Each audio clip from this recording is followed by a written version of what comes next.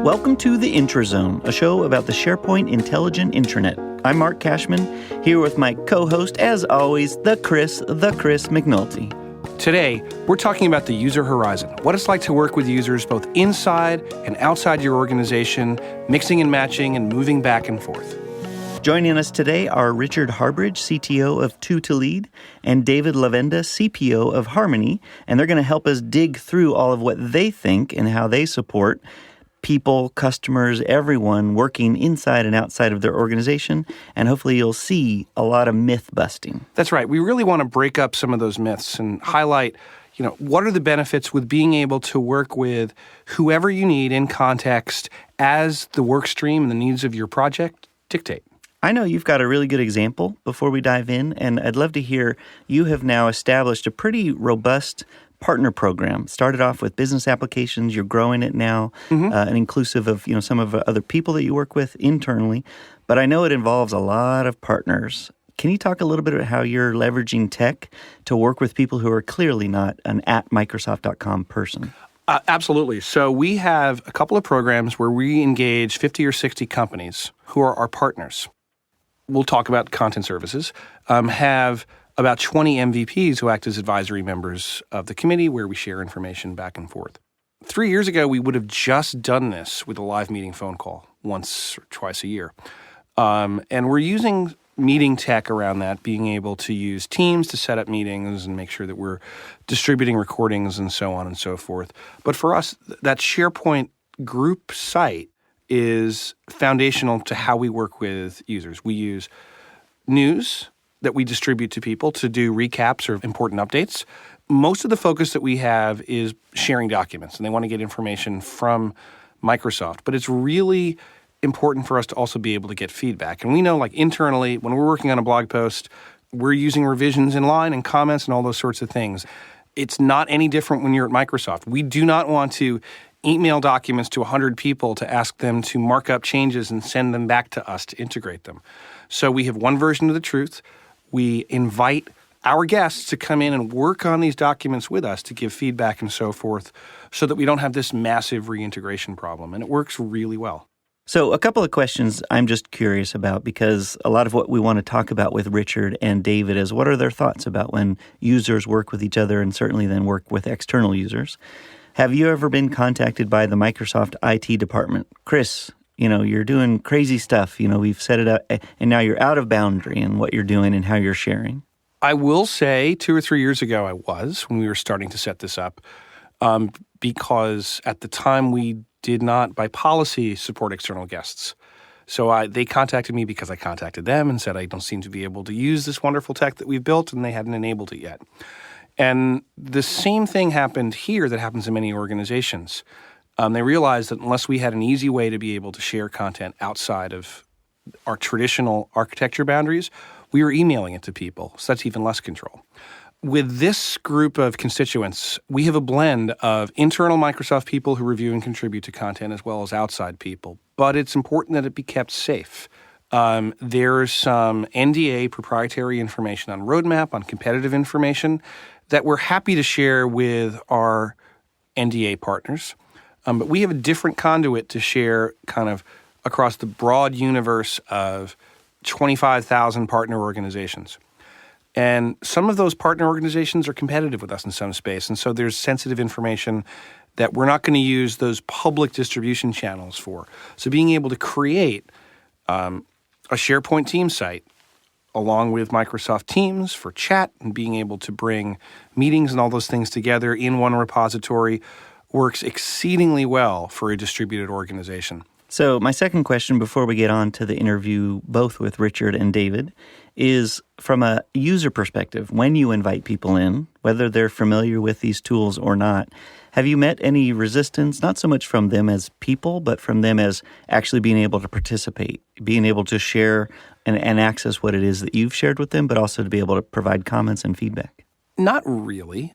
I will say 3 things we've learned. First, double check that everyone can log in before you distribute something important, because if there's the disappointment links where someone receives a note that there's something from email that they should pay attention to, but they don't have the ability to log in. The The second learning is we make heavy reliance on SharePoint News to be able to distribute meeting summaries and so forth. And there were some people early on who said, why can't you just put all this in email? And we kind of believe in using our own technology. So that's actually been much better because over time, people cycle in and cycle out. And if you think of this, even though it's a team site, it maps to some of those outer loop discussions that we've had as well. And so when a new partner joins the organization, they're able to kind of see the history and get up to speed on what may have happened on last quarter's meeting, even though they weren't part of the program then. Nice. Now, our conversation with Richard Harbridge, and stay tuned to the second half of our talk with David Lavenda.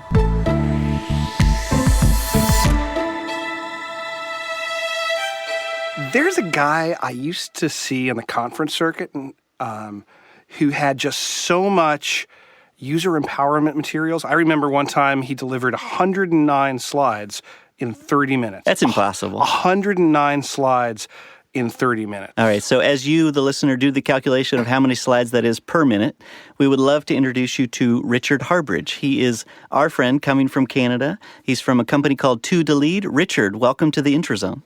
Hi, guys. Pleasure to be here. So we always want to know first a little bit about you as an individual. We know you from events, and obviously a lot of what you've spoken on, all those 109 slides has a ton of content in it. We'll get there. But we want to first kind of learn who is Richard and a little bit about you, and maybe even if you'll share a little bit about your recent experiences with little people.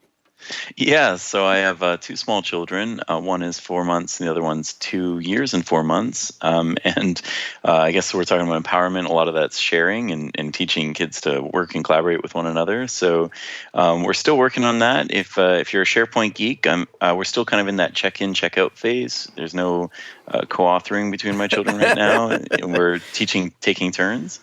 And then when I'm not doing that stuff, I'm a chief technology officer. I work with essentially customers a lot on strategy. So we do a lot of road mapping, planning out how to enable these technologies that you guys have, as well as some other leaders in the marketplace in a collaborative and an integrated way.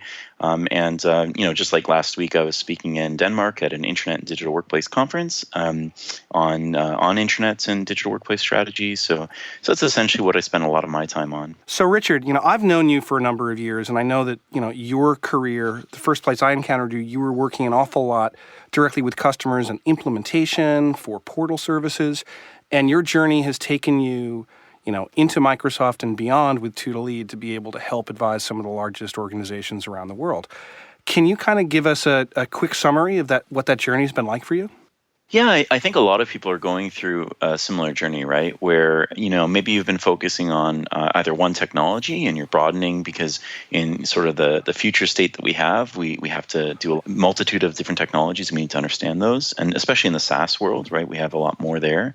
Another big thing that I think I've gone through is I've gone, from a developer to an architect to a business analyst to, leadership and director for internal collaboration at an enterprise to, consulting and so on and so forth. So in that journey itself, you kind of learn what you enjoy. And one of the things that I've found personally, and the reason I guess I keep coming back and living in the consulting space, is you get a lot of interaction across customers. Now you can get this even if you're not a consultant. You go to conferences. The SharePoint conference is coming up in just a few months. That's a good opportunity to kind of get exposure from people, what's working, what's not. But what I found over time is that the more interesting challenges people are trying to address aren't, documented in docs, .Microsoft. They're not in what used to be TechNet and MSDN and those types of resources. They're in people's heads, right? It's the experiences people have interacted on and worked through. And so, based on that interest, I've found that, the more actual interaction I have with customers, with people around in the industry, experts, et cetera, the more value I get. When you talk with your customers and you talk about sharing or, internally or externally, what does that look like? We are very interested in your thoughts around external sharing because we think of that as where a lot of people think, if I shouldn't do that in the cloud. Yeah, I think the biggest thing is organizations and people, I think, underestimate how important it is. So let's just talk about broadly industry and insight, right? We know we're moving more and more off books, off balance sheet for staff. We're moving more and more towards offsite or remote. And both those things are going to drive more and more external participants in the work that we do. From a high level, of course, there's still extranet sites, but there's also this really strong need for external sharing outside of those sort of structured areas. And that's become really prevalent as a need in organizations. Now, a lot of organizations underestimate it, as I was mentioning, because they say, well, we have external sharing, right? Like it's in this extranet site and, check in our box, we're done. Or they say, oh, well, there is external sharing, but we're going to put all these barriers in between. And so, you can do it, but you can only do it in, this way, or it's up to you to manage external sharing and the responsibilities that come with it, et cetera.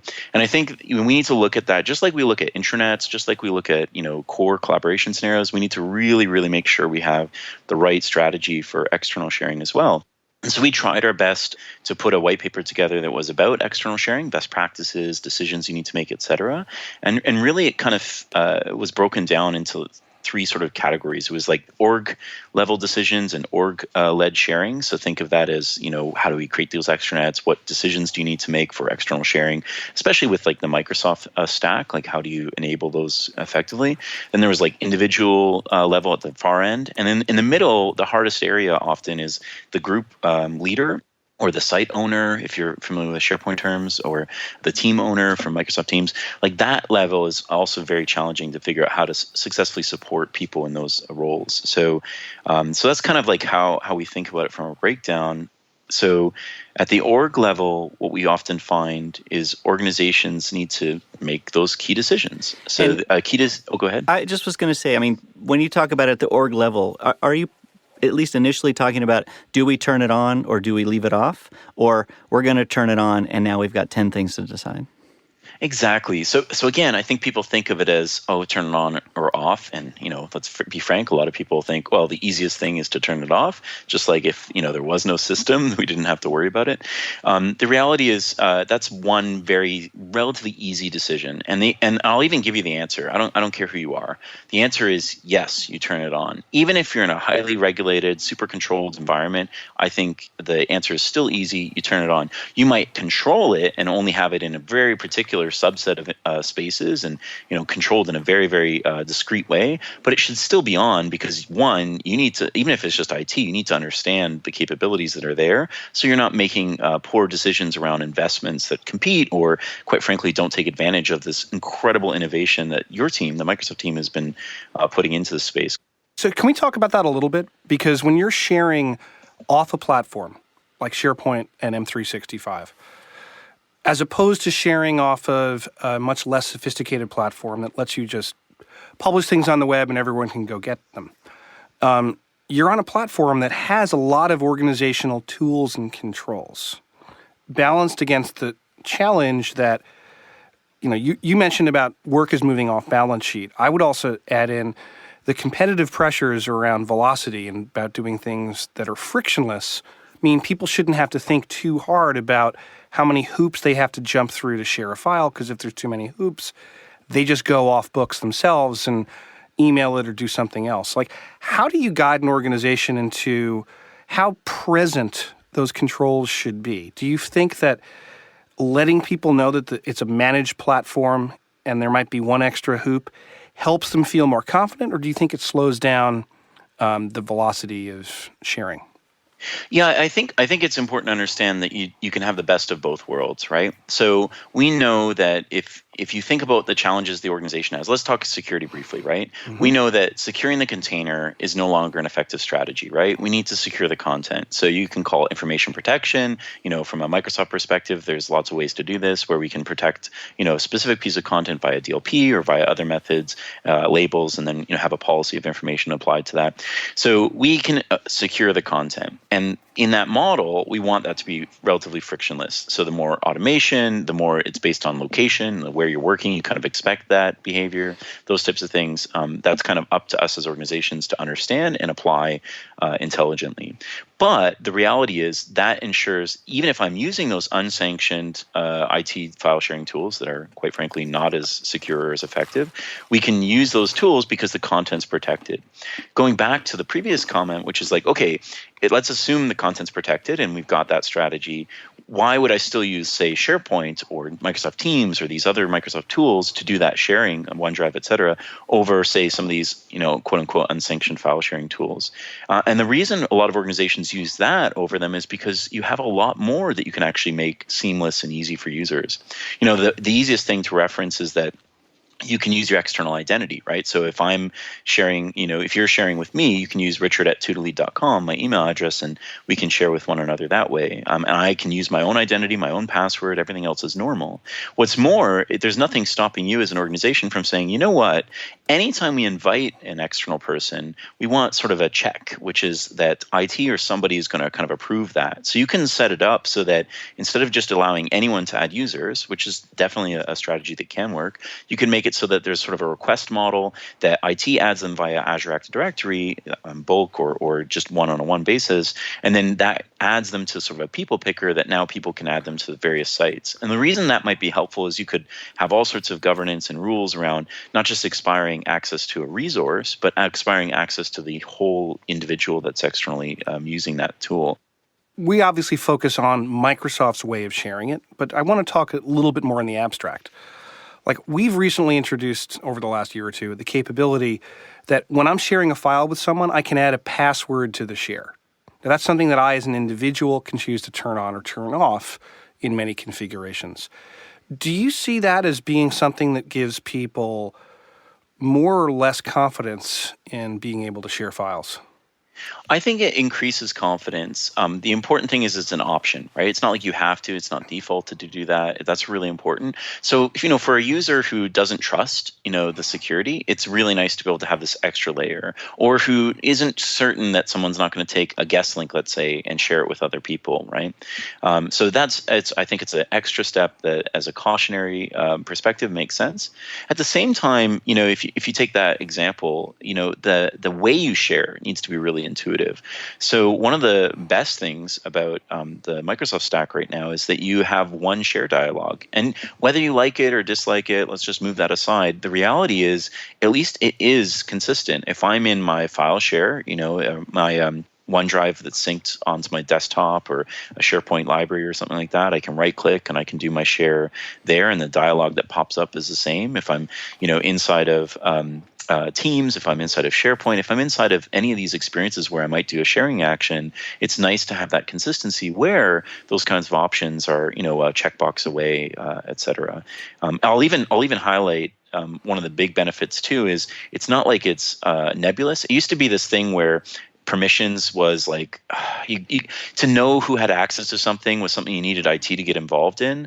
Like, throughout the experience now for SharePoint, it's not like SharePoint was back in the day. If you're on SharePoint on-prem and you're looking at an older version of SharePoint and you look at the new modern SharePoint, we can see pretty much everywhere you have really like one or two clicks and you see exactly who has access to a file, including external users. And there's even roll-ups in a site or a space saying like, these are the people who are externally sharing that or accessing that information. So I think on both sides, right? The ease of sharing, as you mentioned, and the confidence that comes with it, as well as, quite frankly, that sense of I can manage this. It's not impossible for me as an end user to kind of own this idea of really who should have access and who shouldn't for my content. I mean, I do think, rightly or wrongly, I'm going to hold it closer to the microphone to make it a little easier to see.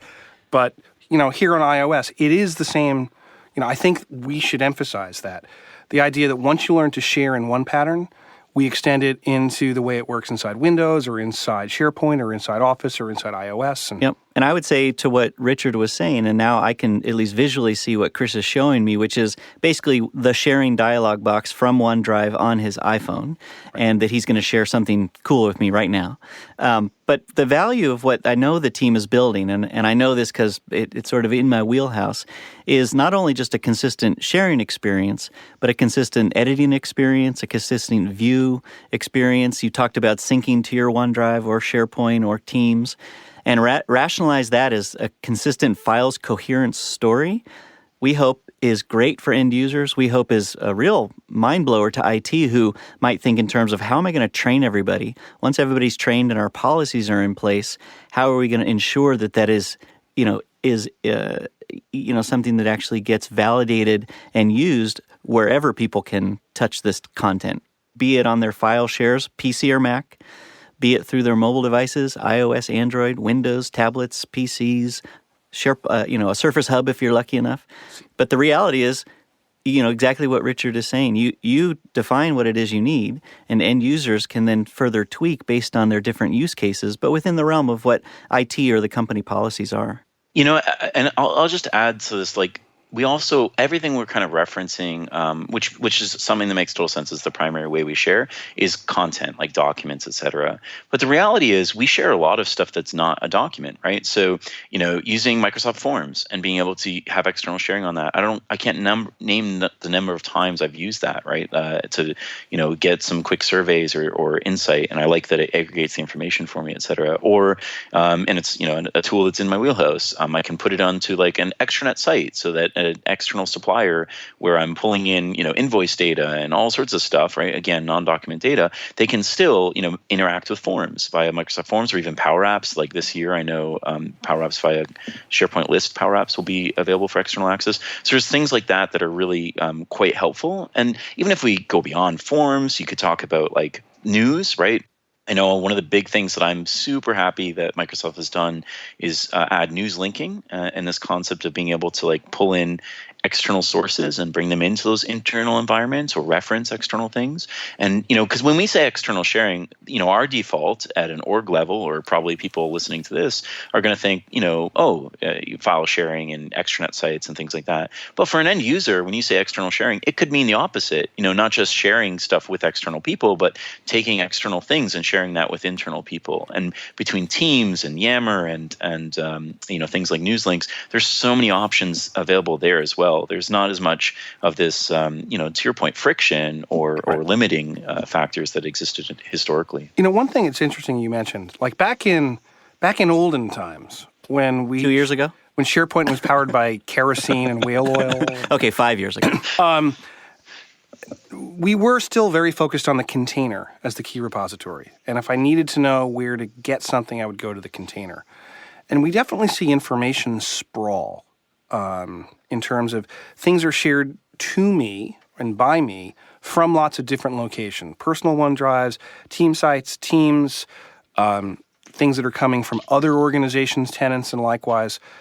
And when you de-emphasize the container, you can, at the worst case, now have to mind map, an unregulated list of 500 things that people have shared to me over the last year. What are some good practices that you would counsel our listeners to be mindful of as they have to kind of pilot their way through that sort of information sprawl? Yeah, I mean, it is a real thing, right? So as we mentioned, there's so many industry numbers we could cite here where things are changing. I'll give a simple example, and there's many studies that back this up. So, if you were to ask a person, how many people do you work with, distinct people in a day, they might say, on average, over 50% of people will say at least 10 or more. And actually more than 30 to 40% of people are actually going to say more than 20 distinct people. And in fact, many of those people might be external. So that's a lot of signals, right? That's a lot of work you're doing with different people, and it's coming at you, whether it's in your inbox, whether it's in Teams, whether it's in a variety of spaces. And quite frankly, that is a huge challenge. So I think the first thing is we could cite specific features that Microsoft's trying their best to plug this gap in with. So you could take the shared with me, right, within OneDrive, where you can see content that's been shared with me. And for me, that's helpful, right, because I work in a OneDrive a lot. And so when I work with many other customers and people across, various Office 365 tenants and they share content with me, it's nice to have that aggregation. But at the end of the day, this is typically combated actually just by really supportive governance and organizational guidance. So if you take something really simple like internal noise, you can do a ton to reduce that, right? Sprawl is only an issue because it impacts nav, permissions, or search. And what I mean by that is, sprawl is a danger because, it's really difficult to navigate that. Well, there's tons of patterns to improve navigation. We have dynamic, personalized navigation already. It's just in the SharePoint home. Go explore it, and then maybe, intelligently bring that in and customize your global intranet, nav, and other things like that within your organization.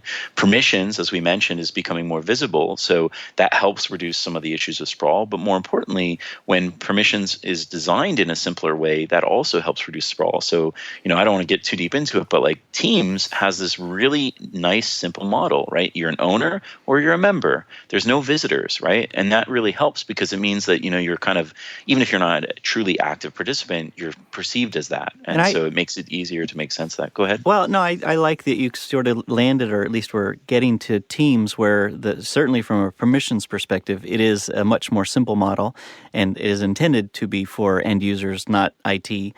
Not that IT doesn't control what happens before end users get there. But the thing I really like about Teams, outside of features and functionality, it's a very powerful tool, is that everything there in the context of who is a member or an owner of this team, things are already shared with them by default. It's not an act that I have to take, that I put a document here that's meant for the team, that then I have to take that step and say, now share with team. It's already shared with them, especially if guests have already been allowed, which is a process in its own, so that it's not opening, this container up to everybody. But for those that you deem as members of the team, internal, external, you're putting it in a place that it's already shared with them. And that, again, like you said, is not just files. That's calendar information, news articles, tasks, and, you take it to the nth degree of what we offer. But in your study, when you really look at that end user empowerment or what makes a group more productive, where does that lead now that, if you think of Teams adoption and leveraging SharePoint in the common sharing experience, where does that lead from a productivity perspective for a company all up? So I think the real use case of Teams, right, that I see in most organizations is for meetings.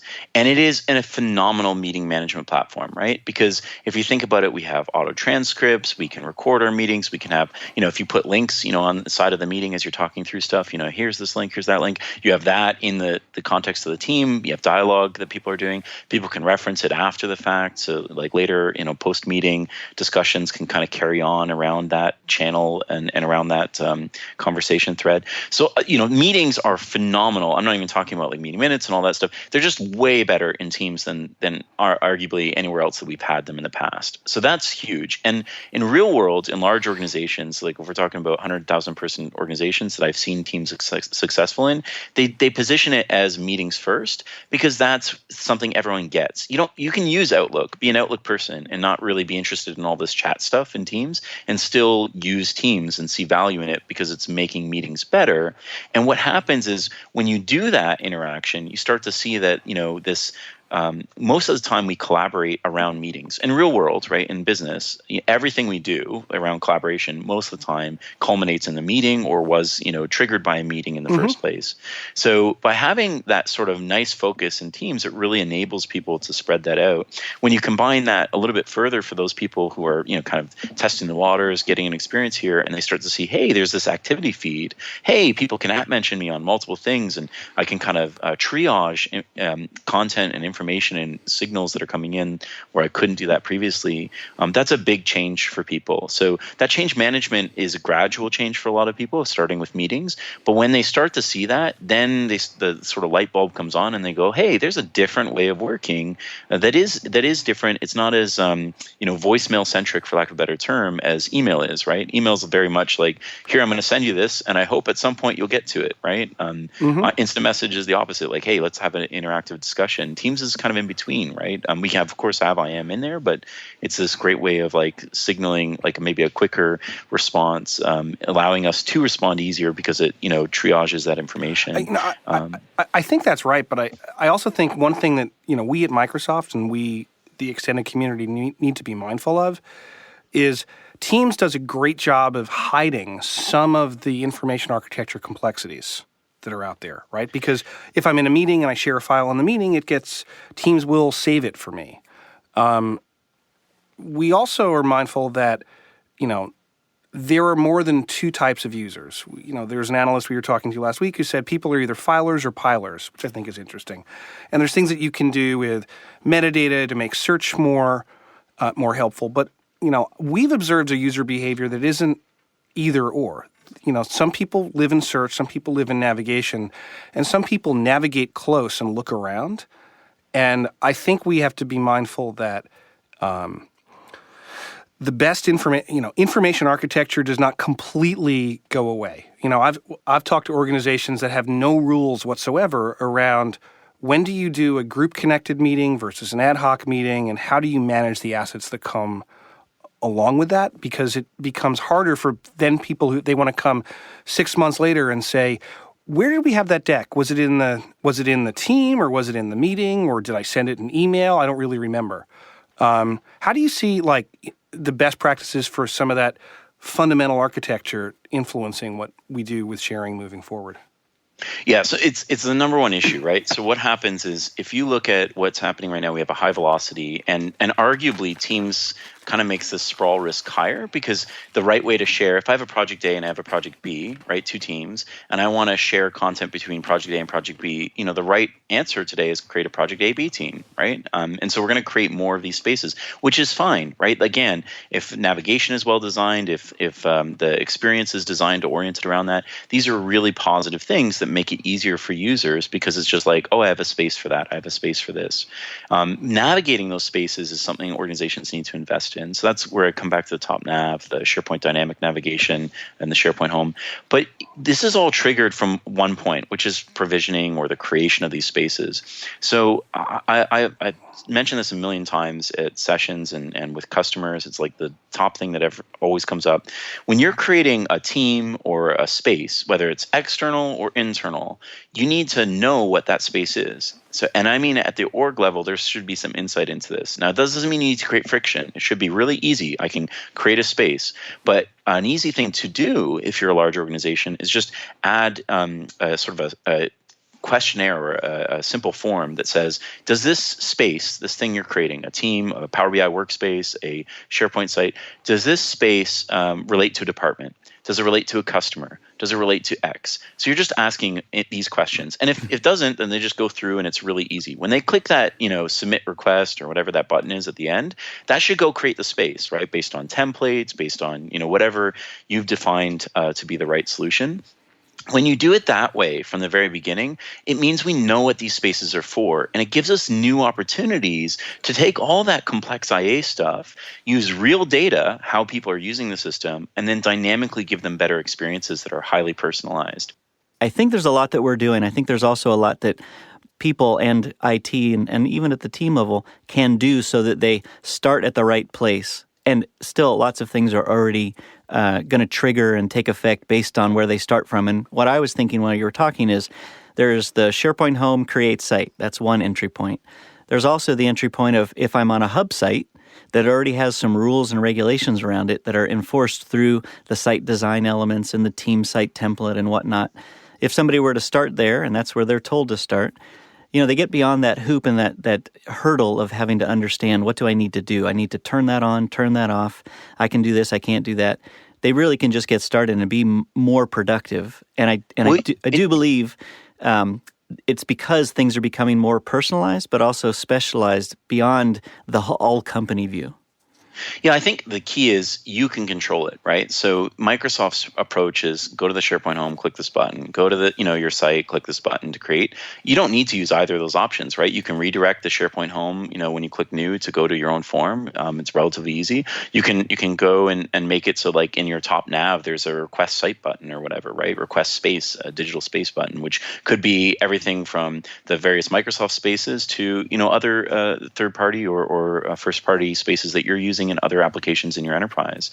Like the idea of creating one sort of place to go to create a space, a digital space, makes total sense. And to use the innovation that Microsoft has, the SharePoint site designs, to use all these capabilities that make it easier to provision those spaces, to template them, to make it easier to update those templates and then update the associated sites. Think of like moving a site from one hub to another. Like that's stuff you need to take advantage of. But I would say, and I'll be bullish on this, I think if you're a large if you're an organization with over 500 users and you're not trying to create a cohesive way of creating these digital spaces, I think you're doing it wrong. And I'm not saying like it has to be super custom. I'm just saying you need to own that creation space because you need to know what's going on in your organization so you can help people. I think organizations can't pass the buck. And, frankly, I hear too often organizations say, well, Microsoft has this approach and they have this thing. And I think that's just taking your ownership that you should have for,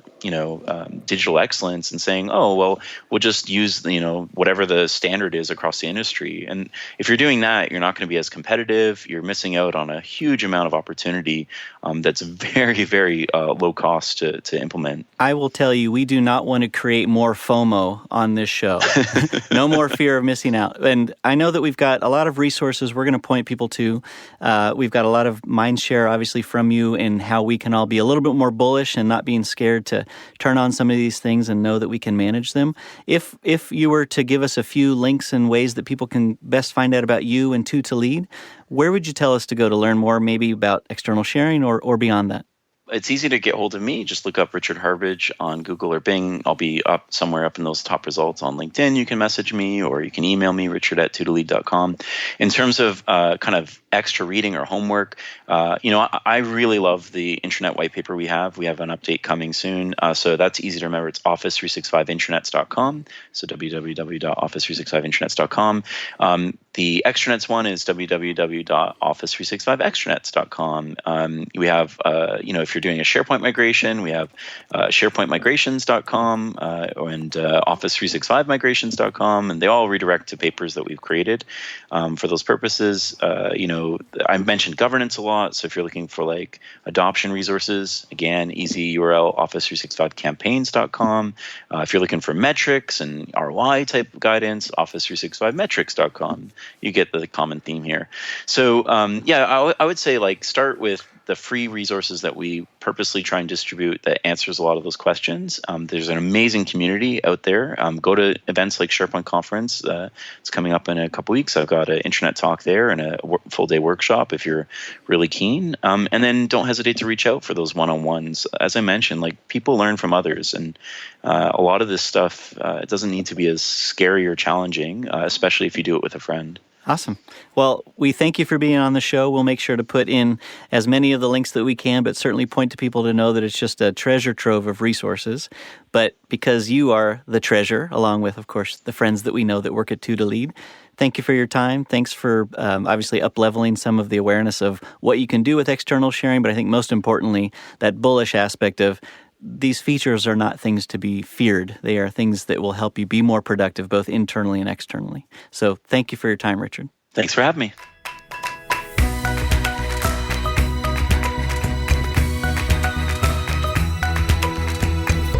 So that was our conversation with Richard Harbridge, talking about how our consultants and partners advise customers about the best ways to use our sharing technology. Up next, we'll be sitting down with David Lavenda, the Chief Product Officer at Harmony, who builds user experience products for the enterprise, about how our software partners help solve some of the same challenges for our customers.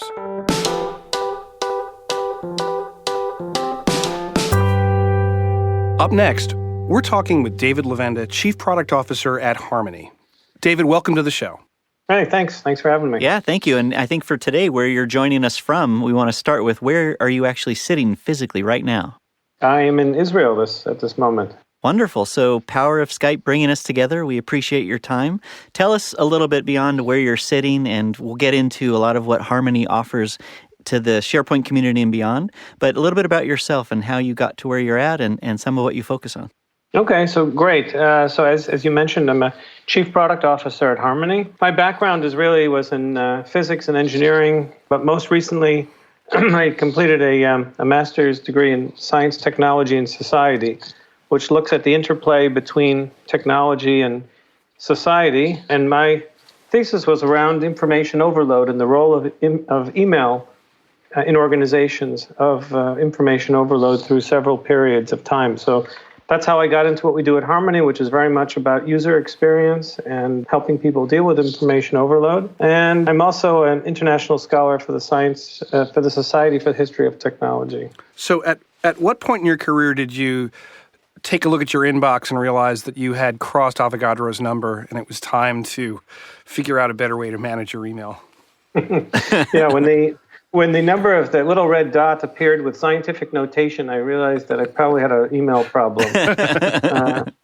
And I think a lot of other people had a similar experience. There's been times there's cycles where it looks like there's going to be a solution, and we're going to solve that problem, and yet it just keeps getting worse. I thought that was an interesting topic to examine and look at, and the results were kind of fascinating. So it was a lot of fun. And it certainly has carried you into obviously helping a lot of people understand that it is something that you can deal with.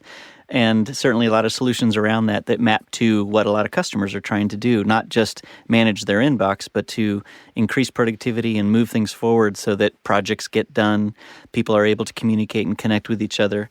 I couldn't help but think a great term to sort of get your take on, to see if it's possible either as an individual or more possible, obviously, with tools and certain technologies to support it. But is inbox zero ever possible? Well, I think there are people who can do it. I always see these, the 10 things you want to do, 10 ways to be productive and so on. And people always say, yeah, I keep the inbox empty. I find that a lot of people don't work that way, and they live just fine. The thing about email is that really it's just one of the tools that we need to be able to communicate. It's one of many. I think the discussion today is even broader than just email, because now we have so many channels to communicate in, that inbox zero was left behind with the new question is where is the conversation taking place? So, even if my inbox is zero, I have the emails filed somewhere else. Is it there? Is it in Teams? Is it in Slack? Is it, there's just so many places to go to get that information. That seems to be the question du jour. Yeah, it's interesting. I was talking to a customer last year, and we were talking through Microsoft's strategy, how we describe, the inner loop with Teams, the outer loop with Yammer, and the role of Outlook in your inbox. And they said, it is our number one business goal to completely eliminate the use of email in the organization. And we had an interesting discussion because that's actually not a business goal. Mm-hmm. It's an interesting technical goal, but the communication is happening somewhere. Besides setting my out of office every day of the year, what are some of the solutions that Harmony is proposing and obviously selling, and what are you hearing and how people are using and adopting those? Right. So we did start obviously with email and help people manage email in the sense of keeping track of the important stuff. Just starting with email, about 80% of documents of records today start with email. So they're not necessarily conversations. They may be somebody sends you a proposal or a contract, or a client may ask a question that you give an answer to that has legal ramifications. So many of those need to be stored, need to be classified, need to be kept in a place where they can be found later. But about 95% of email is not of that nature. So the question is really how do you separate the wheat from the chaff, and then how do you organize that 5% of those emails in such a way where you can find them? And that's really where Harmony has started, was around that and around also the documents related to business. So being able to easily capture and classify documents and emails so people can discover them later on. And the way we did that was, from the beginning, was creating a sidebar, a SharePoint sidebar in Outlook that allowed people to drag and drop emails and documents, to be able to capture metadata very easily. Our theme has always been make the right thing the easy thing to do, and people will do it. So if you can just make it easy for people to store information in SharePoint in a centralized location and classify it, you'll have it there when you need it for regulatory purposes, for client management, for email management, and so on. But you're thinking in terms of empowering the end user who probably knows about the policies and the regulations, or the need to enforce it with certain content. Mm-hmm. Well, but putting that in the hands in Outlook, obviously to me sounds like a natural fit. That connection between Outlook and SharePoint, I think, is certainly the unique value. Mm-hmm. How do you see that as, if you're thinking it through the lens of empowering the end user, getting them where they're already working? Right. Why is it that you chose to put the sidebar in Outlook? So that was the initial point. I think the end of the day, You need to be where the user spends their workday. So we started in Outlook because that's where people typically spend most of their workday. But we also added it, we have a sidebar that works in Office. So there's an app for Office that works in Word and Excel and PowerPoint, as well as the OWA for Outlook, and as well as mobile devices. So the idea is wherever people are, that's where you need to make it easy for them to capture and classify emails and documents, because telling them to go to another location and do some of the work is very difficult. People don't want to change what they're doing. They just want to continue doing what they've always done. So if you can somehow tap into that, that's how you can be successful in getting them to do the right thing. So it's interesting. It reminds me of some of the discussions of microeconomic theory about how people make buying decisions. Do people research every possible option and make the absolute best choice, or do they go for what is suggested by price? It really gets to the question of human nature. Like, are people well-intentioned? Are people untrustworthy, or are they well-intentioned but lazy? I guess. Yeah, that's kind of how you. I did a bit of research into this. What I guess was called choice overload. At some point, what researchers found is that if you give people too many choices, what they will default to is to do nothing, because they're just too confused. So if you give them several options, they may pick one, but people generally don't want to do that research, or really what they just want to do is if they come to work, they just want to do their work. They don't really want to have to learn about technology or change what they're doing. The easy thing we always say with technology is that it's easy to install and implement new technology. It's very difficult to get people to change their behavior. This is what nudge theory is all about, the famous book that was written about nudge. If you can provide nudges to get people to change behavior, that's how you really will be successful. If you expect people to do something differently, or to make decisions or do research, that's not going to work. So it's interesting. Harmony has had a lot of success for years. Going back to SharePoint's on-premises days and the relationship with Exchange Server and so forth. SharePoint's definitely grown up with the cloud, and I think Harmony has come along for that. If I ask you to describe kind of the solutions that Harmony is offering today as distinct from where your roots were, like, how would you guide that mythical user who's never heard of Harmony in the first place? Right. What would you tell them about your organization? What we realized as people move to the cloud is that the new challenge is not so much email or SharePoint.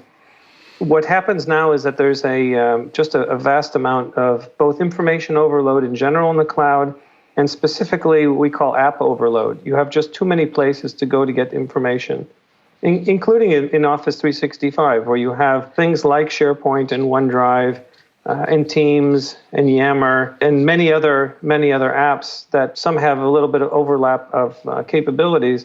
Getting people to come in the morning and start toggling between them, looking for the conversation, looking for the information they need, is something that we think a lot of people struggle with and will continue to struggle with. So the Harmony approach has been to continue with our pedigree of user experience, is to consolidate all the information you have in Office 365 and classify the information by topics. So if you have an email, you have a Teams conversation, you have a document, to be able to connect those pieces of information together by topic, and then allow people to focus on the topic and discover information from any Office 365 app, regardless of having to go look for it, so that people can then see all the information, take advantage of all the Office 365 capabilities, but relieve them of that burden of having to go and search for all the information they need. So let me ask you a broader question, because it's hard not to be describing this scenario without using the phrase digital workplace, which seems to be very much in everyone's lips these days. And so when you hear digital workplace, is it just a new slogan for the same things we've been doing all along, or are we suggesting something, intending something new and different with the phrase digital workplace? What I hear is there's a number of elements to this. Certainly in the realm and the scope that I deal with, it's a lot about people being able to work anytime, anywhere. So whether it's in the office, out of the office, remote, working on any device. So whether it's a desktop or mobile device, working in a fashion that allows them to choose whatever technology they want in order to be able to do their work. So there's a lot of elements here that are related to mobility. There's a lot of elements related to technology. There's a lot of elements related to organizational management. And I think that last one is the one that often gets left out. So, companies will provide devices. They'll provide capabilities to connect using those devices. They provide the ability to work remotely. But what that creates is more information overload, more app overload, more confusion about the technology. And that last element, the people element, is the one that often gets left behind. And that's where I think a lot of the confusion comes in. I'd like to drill into some of the specific solutions that you offer. And I earmarked two of them. I think I'll still ask about the two of them based on a lot of what you've been sharing with us. But just from a pure solution perspective, to describe a little bit about what they are and I think what also it takes to put them in place, and then certainly the benefits that follow. But the first one was the information governance with SharePoint. That's pretty broad in our world when you think of setting up good information architecture and applying governance and having it all put in place. What is that extra layer, again, in describing that solution and the outcome, the benefit that it gives? Right, perfect. So the component that Harmony brings to the table is not so much helping the create the policies and everything related to that infrastructure place. What we focus on is what we call the last mile. Very much like you have with a cable installation, you can put in the best fiber and the best infrastructure, but if you don't connect that last pole to the house, pretty much the solution doesn't work very well. And that's where we see our value, in that helping the user, the typical business user or the knowledge worker, be able to take advantage of the great infrastructure and the policies and the mechanisms that have been put in place by just making it very easy for them to do four things. One is to capture information and store it in a centralized location so that it becomes available both to everybody else if it's for collaboration, or for compliance or regulatory oversight in the case of things that are more related to those types of initiatives. So it's capture. It's also to classify it, because information that is not classified accurately cannot be found afterwards. You end up with a document or an email graveyard where you may have many, many items and artifacts, but they're impossible to find. So capturing it. I think it's impossible. There is no repository that is a graveyard that ever existed. That's completely false. What are you talking about, David? Easy to classify? Right. What are the last two? And then the other one is you need tools to be able to discover the information. So if you've done a good job of capturing and classifying, how do you find information? So we have tools, kind of in the old world. It was things like, using favorites, views, filtering, good search. In the new world, where we talk about things about using topics, basically it's very much the way people think. People think in terms of topics. So it's natural just to look for other information related to a topic rather than having to do a detailed search. And of course, the last thing is to be able to share information if needed, whether it's for, again, audit or regulatory or that type of need, or whether it's for collaboration where people want to share information with each other. Making it so that everything is one copy of the truth, everyone is sharing one copy that is stored centrally and classified, and that's the latest version. That's really what creates the simplicity out of what people are trying to achieve, and that's where our part comes in, is fulfilling those four main values. So I'm going to guess, but you'll tell us, in the second solution that I wanted to drill into, may follow that same pattern or have some similarity to the pattern of the four elements.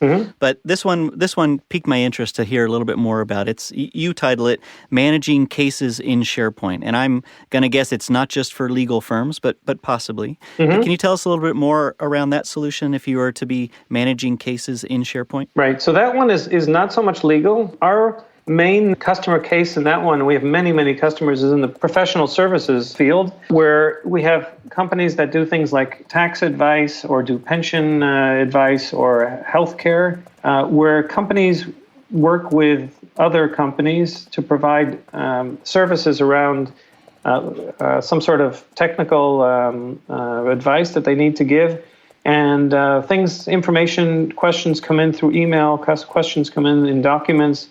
And different people on the team need to be able to respond and give answers related to a case. And it could be that there are people working in different offices who are working with the same client, the same case.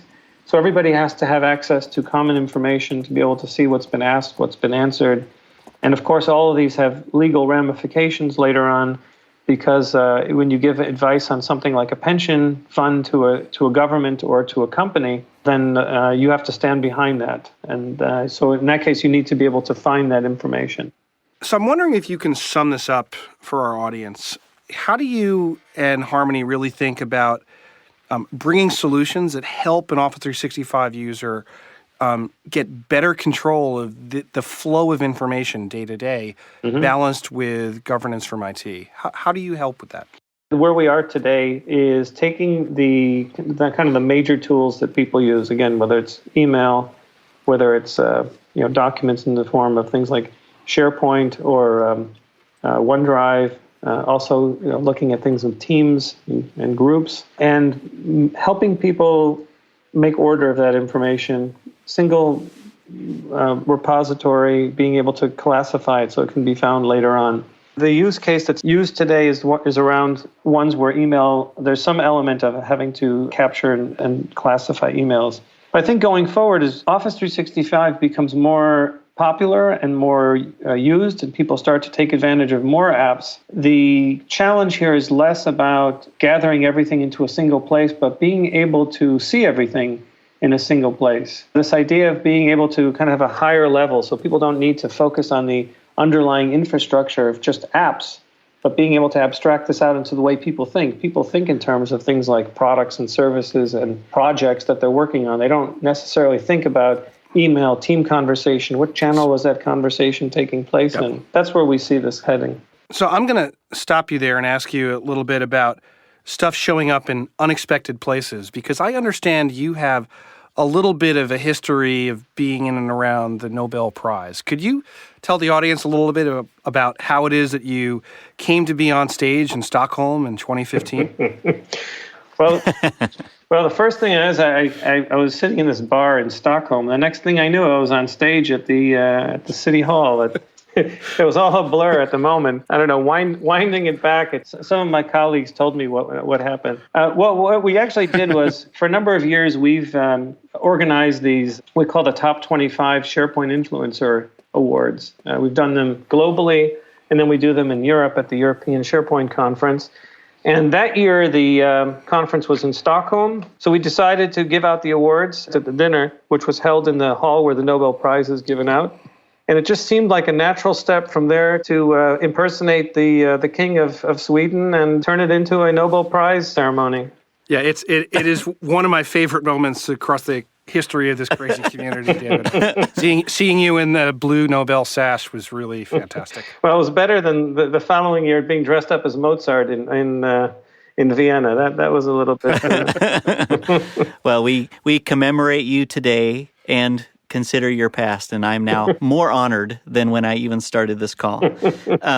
So we want to always point people to where they can find out more about you if you're active on social media, or certainly your company. We've got the pretty obvious links, but if there's specific places that you want to call out, where can people go to learn more about you and Harmony? I'm on LinkedIn. You can find me by my name, David Lavenda. I'm on Twitter. I write a monthly column at CMS Wire, so I write quite a bit there. Post on our Harmony blog, which you can find at Harmon.ie/blog. So you can find out there. The best place to find information about Harmony is obviously on our website and also on our blog and also on LinkedIn. We do quite a bit of publishing information about activities and educational information on LinkedIn. So we'll be sure to get all of that information into the show notes for our listeners, and hope that you can stick around for our frequently asked questions. Okay, thanks a lot. Appreciate it.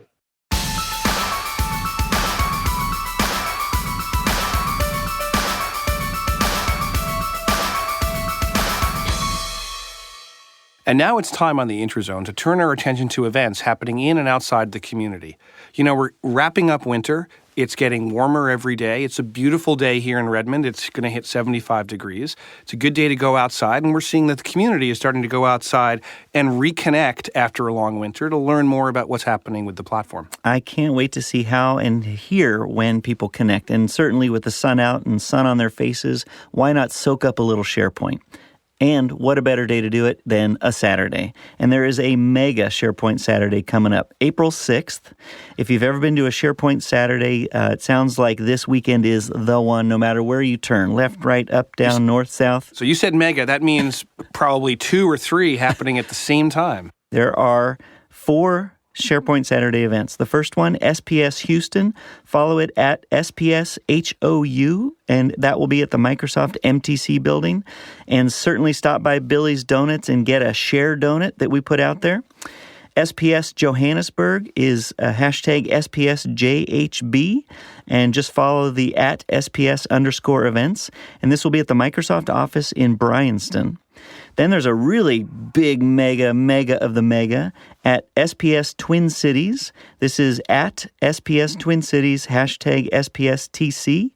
And that's at the Normandale Community College. And this is big because already there have been 440 people that have signed up and registered. The last one is the not too far off distant of SPS Warsaw. Okay, that's a little bit of ways away. But for folks in that area, follow at SPS_Warsaw. Hashtag SPS Warsaw, and that will be at the Centrum Prasau Folksal. Visit spsevents.org and find a SharePoint Saturday near you. And on that April 6th Saturday, it'll be hard not to find one near you. Coming up later this spring, SharePoint Fest in Washington, D.C., April 29th to May 3rd, 2019. We'll be there with a good presence this year, and we'll have more details in the show notes. This next one is something that we both might know a little something about, as we are deep in the weeds of planning right now. That is the SharePoint Conference. Follow this one with the hashtag SPC19. Chris, when is this and where is this? May 21st to 23rd at the MGM Grand, Las Vegas. 150 speakers, 200 sessions, 20 workshops, 100 exhibitors, and a special guest musical act that's not going to be revealed on today's broadcast. We can't break that news just yet. But we can tell you, as there has always been, a wonderful keynote that's right now in planning. We've seen everything that they're going to be planning. It's going to be a great show with Jeff. Sure, they've seen the keynote before, but SPC, there's something that's never happened at SPC before. Ooh, I'm intrigued. Wait a minute, I know about that. Of course you know about it. It's the Intrazone. We'll be doing a live-ish broadcast from SPC this year. It's really great for us to be able to speak to you, our listeners, face-to-face. Hopefully it's great for you as well.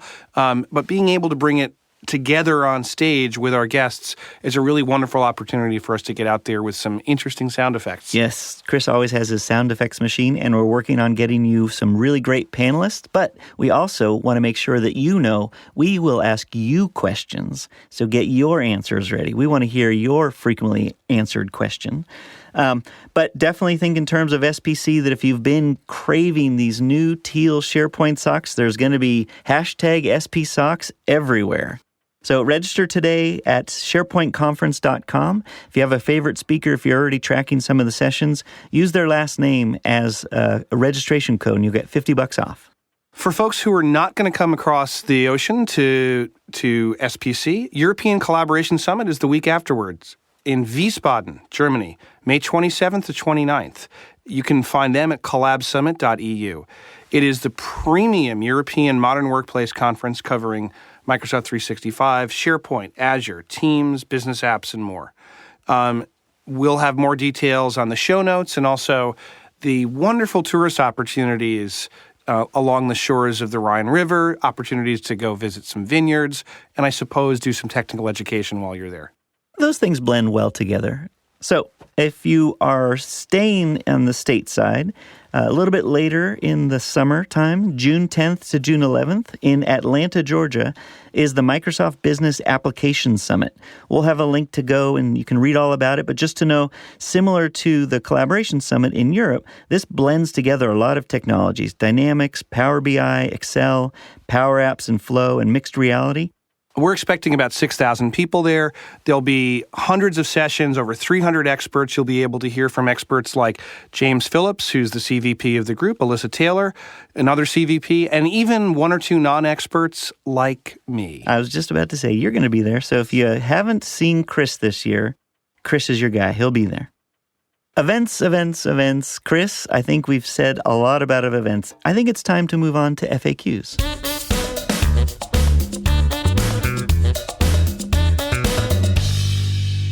Richard, what's a frequently asked question you've been hearing? The biggest one I get is a lot of customers are shifting to modern SharePoint sites from what are called classic sites or previous versions of SharePoint. And, they say like, what's like a best practice? How do I do it? Is there a tool that just does it for me? And honestly, the answer for that is, of course, there's lots of guidance out there. But the thing that I find people really don't look at effectively is permissions. So we had a session where we just talked about external sharing and stuff like that. So one of the things that's really important is to look at unique permissions. So either a unique group or visitors or other types of groups that don't really map well to, Teams-enabled sites. So if you're shifting like to a team, that means you have an owner group and a member group, right? So if you have a visitor group and you're thinking, oh, this is a team site, maybe it's not a team site. So you really have to double check that in fact, especially if there's users inside that visitor group. If you have an extra group, a project AB group or something, or a specialized group, the question is why does that exist? And so again, that can create some really interesting discussions around how it might translate into a series of teams or into maybe it has to be a communication site, the other kind of site model in SharePoint Online that's not as teams oriented.